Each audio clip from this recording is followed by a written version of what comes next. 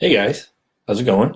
Welcome back to The Good Work Facebook Live weekly little get together. I am Dave. I will be your guide, your Sherpa, your friend. Oh gosh, that's terrible. I apologize. Anyways, hope you're doing well. Hope Thanksgiving was amazing for you. We had a great time here. Um, we are wrapping up November. So, I'm sure you, like us, have a lot going on in your life. So, I'm really appreciative that you would take the time to spend a few minutes on here watching this and listening to me try to pull out some meaningful stuff from maybe stuff that hasn't had meaning for you, or stuff that's confused you or frustrated you or whatever. As you can see, the cupboards are bare.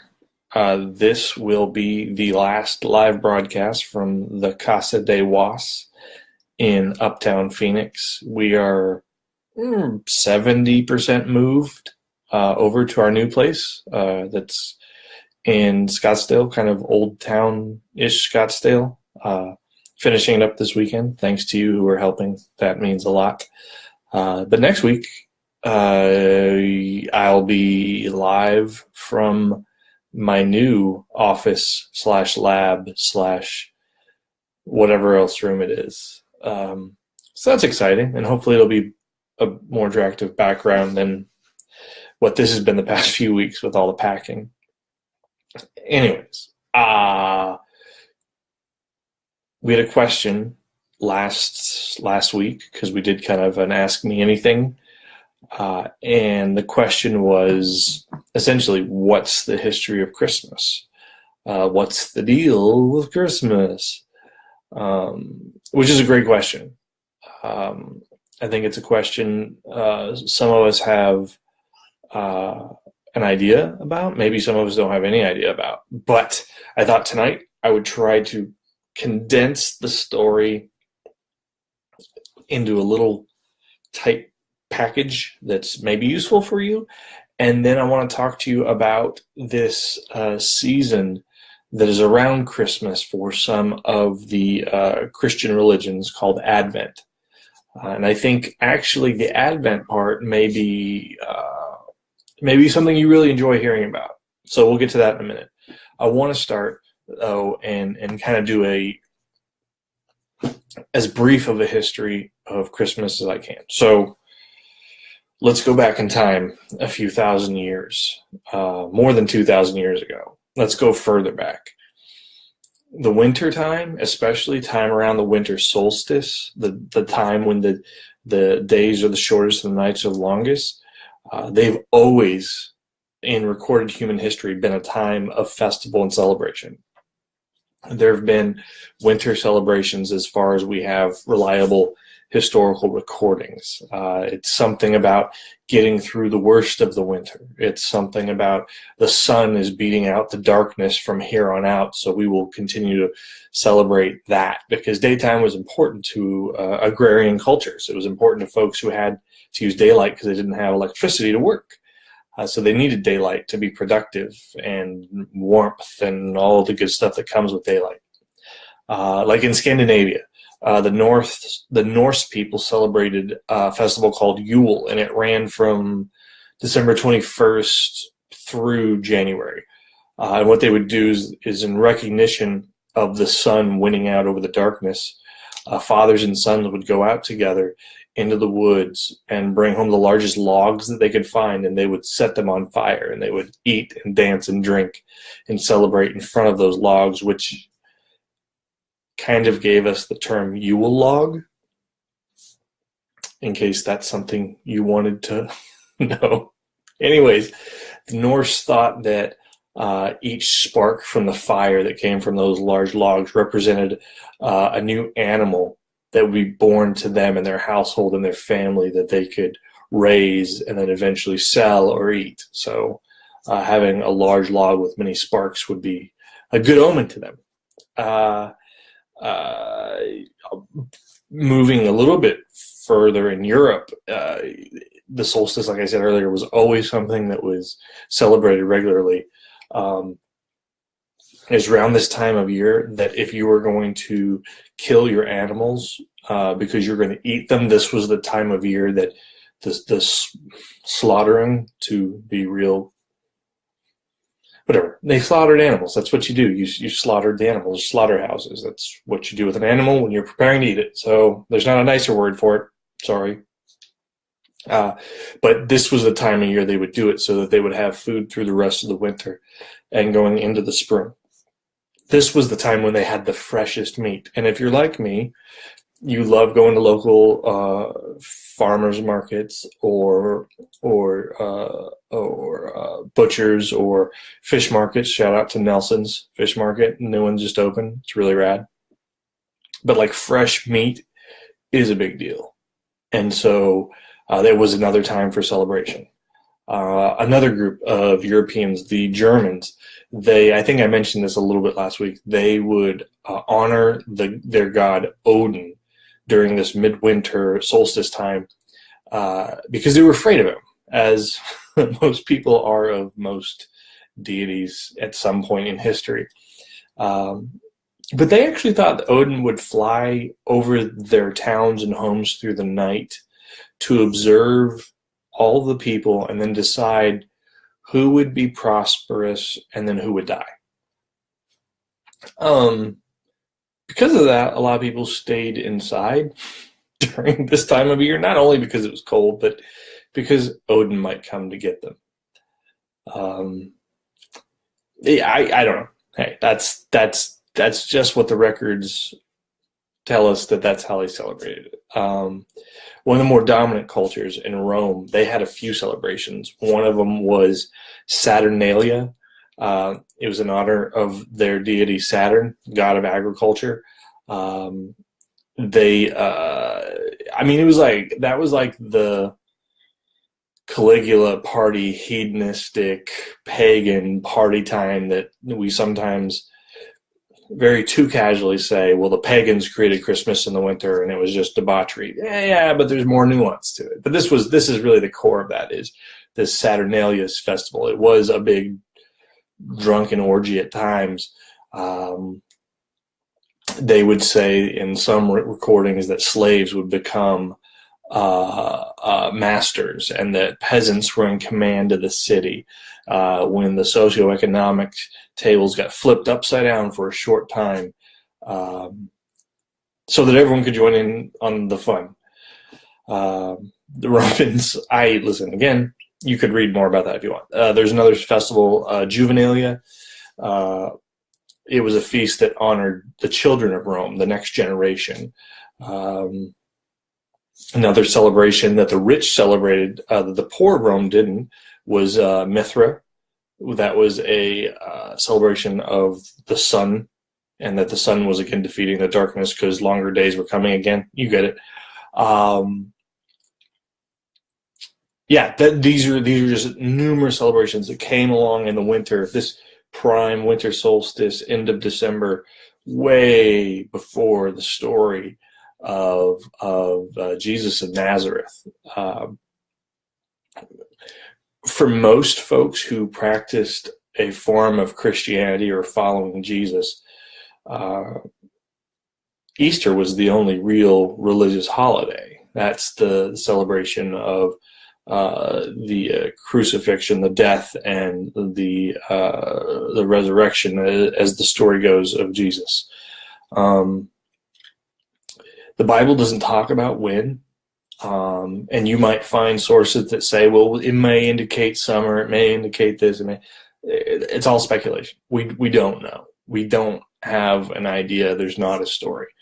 What we do know is that the first year that Christmas was considered something to celebrate in the winter that had connection to the story of Jesus was in the year 336.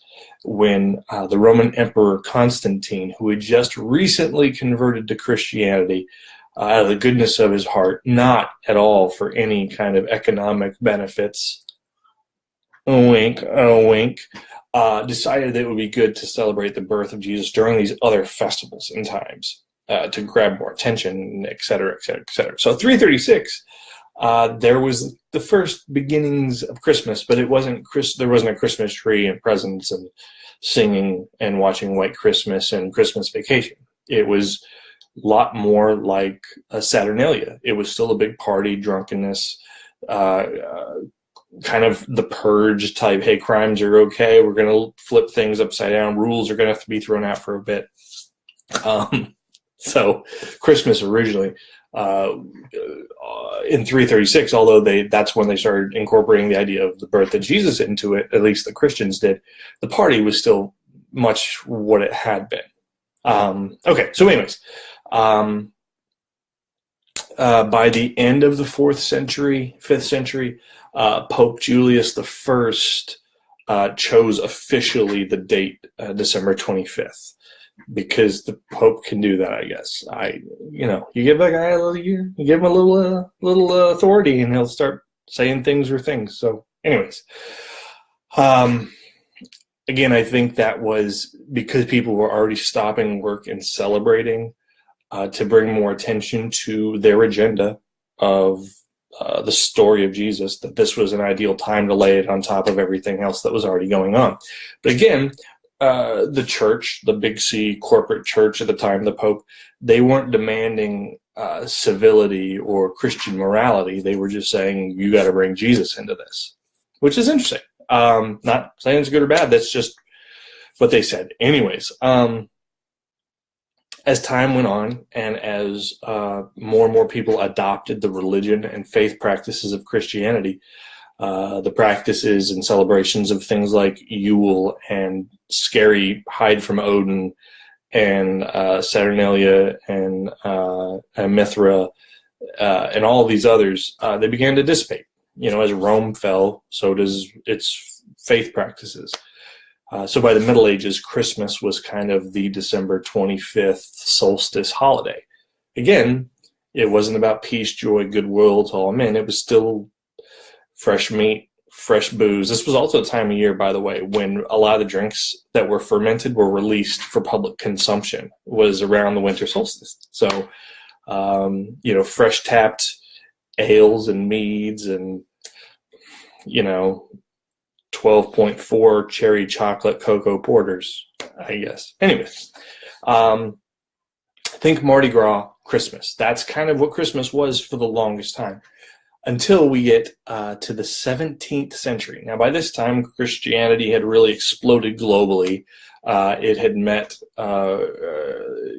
with its own contextual issues and problems. And then the rise of the Muslim culture happened within that time. But we get to the 17th century, and this English group of folks called the Puritans show up, led by a real fun cat.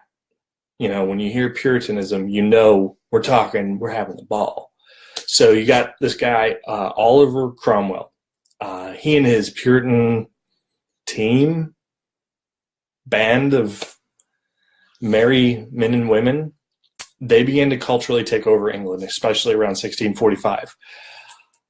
And their real goal was to strip away from England any level of decadence, the debauchery.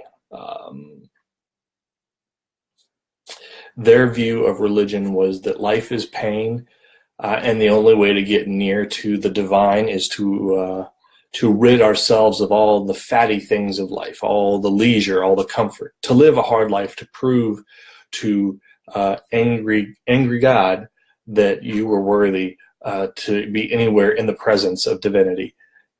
Did we hear anything like that before with the angry Odin god? Hide, scared, act miserable so that you don't displease. Okay, just throwing it out there. Anyways, one of their talking points, Cromwell's talking points with the Puritans in 1645, was that they wanted to outlaw Christmas. Not a joke. Christians wanted to get rid of Christmas. The first war on Christmas was started by Christians. Did I just blow your brain? I hope I did. I don't know if I did. I always think that's fun. So when I hear certain people say the war on Christmas, I'm like, you guys, like the first war on Christmas was Christians that didn't want Christmas. So we'll have that, man. Okay, so anyways, where am I? Oh, they wanted to rid England, the Church, of Christmas. So some political things happened, and the Puritans were asked kindly to leave, to exit left, stage left even. And so they went to America. And that's the story of the Pilgrims. We just had Thanksgiving, and we can talk about cultural appropriation and what we did to the Native peoples on another Facebook Live, maybe, because that sounds like that's a blast. We don't already know all the terrible things that have happened there. But the Pilgrims, who wanted to kill Christmas, ended up in North America. And so as a result of that, Christmas, you hear me, Christmas was not celebrated in America the first 2 decades that the Christians were here. The celebration of Christmas was outlawed in the wonderful, beautiful, greatest city in America, Boston. Go Sox. Anyone exhibiting Christmas, not a joke, anyone exhibiting Christmas spirit, Christmas joy, Christmas language was fined 5 shillings. Now, let's even it out a little bit. In the Jamestown settlement, a little further south, Captain John Smith reported in one of his journals that Christmas was enjoyed by everyone and passed without any fines or any incidents. Anyway, so after the American Revolution, a couple hundred years later, English customs fell out of favor. You weren't cool if you were doing what the English did, which makes sense. You wouldn't want to have cultural tendencies or mimic the country that you just tried to leave. That there's a whole lot of psychology there, but you didn't want it. But Christmas wasn't declared a federal holiday in 1776. Christmas wasn't declared a federal holiday until June of 1870. So having December 25th off is not like, oh gosh, that's always been a thing. 1870. I mean, it's long for all of us, but it's not in the history of America. It's not even that long ago. Okay, so trying to push real quick now because I know this is going long, but it wasn't until like the 19th century, the late 1800s, that Americans began to really embrace the idea of Christmas. But they reinvented it. It would never be what it was. It became through different religious movements of the time, the Great Awakening, the Second Great Awakening, different American Christian culture shifts. It became a time of remembering the birth of Jesus first, and therefore, because of that, we do a peace and goodwill to all. This is a family, church / community / town oriented thing. Even in that, though, there was conflict because the 19th century had a lot of class turmoil, and again, racial conflict. That's obvious. There were Christian there were Christmas riots in New York City because of the haves and the have-nots.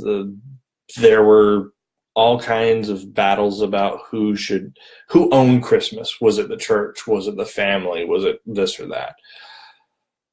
Keep pushing forward, and you got people like Irving Berlin. You've got Charles Dickens, who write these classic stories about Christmas, and they really start to shape the culture and the way that we put a tone on the Christmas holiday. And each year and each generation, as it passed forward, more stories were written, more stories were told. The expansion of media technology, how we communicate with one another, America created a Christmas culture. A Christmas culture that's less than, maybe right at 150 years old now. But it's not a human historical thing, it's an American thing. So that's kind of the really short version of the history of Christmas. And I hope that made, I hope that makes some kind of sense. I don't know. Anyways, I'm excited for Christmas this year, personally, because we got Finn, and last year it was fun. We had a lot of family. I got to meet my niece and see my younger brother I hadn't seen in years. But this year Finn's he has that awareness of what's actually going on. And although we've taken him to Fashion Square and he is totally sketched out by Santa, I'm excited to be able to buy him something and have him open it. And I'm excited about that. I'm excited about beginning to share with him the story of giving. It probably won't be till next year or the year after that he's going to really begin to get the concept of Advent. And I'm going to try to break it down really quick to you. Advent is a term within the Christian universe that comes from the Latin adventus, which comes from the Greek parousia. I'm sorry, I had to do that. I had to. But it has to do with an arrival, a happening, an occurrence. And so for historical Christianity, Advent means waiting for the arrival, waiting for the occurrence. So Advent is a season of waiting, which is counterintuitive to a lot of kind of our own programming right now, because waiting is not something we give 5 stars on Yelp for. My homies in the food service industry know what I'm talking about. People don't like to wait. Retail, people don't like to wait. Church, people don't like to wait. We're not built to wait. And I actually think there's some anecdotal data that says that humans have never really been good with patience. But it's considered the first part of the Christian calendar year. So that doesn't mean anything to you right now, but imagine your new year, and the first thing that you practice in your new year is the practice of waiting, of anticipation. The best way I can describe it for you right now, that I think at least makes the most sense for me, is when we were waiting for Finn to be born. We knew it was coming, and there were days we wanted it to happen faster, and there were days that, at least for me, I was scared shirtless, let's say that, and I didn't want it to happen as fast. I wasn't quite ready. My brain was fried. But in all of it, there was anticipation. Now, I don't know what you're holding is to the idea of the story of this person named Jesus. And I would never ask you to adopt it. That's something you make a decision on in your life and in your story. But what I can suggest is that it might be good for all of us to have this practice of anticipation. How do we positively practice waiting in life? What do we do in times of anticipation? How do we prepare for things?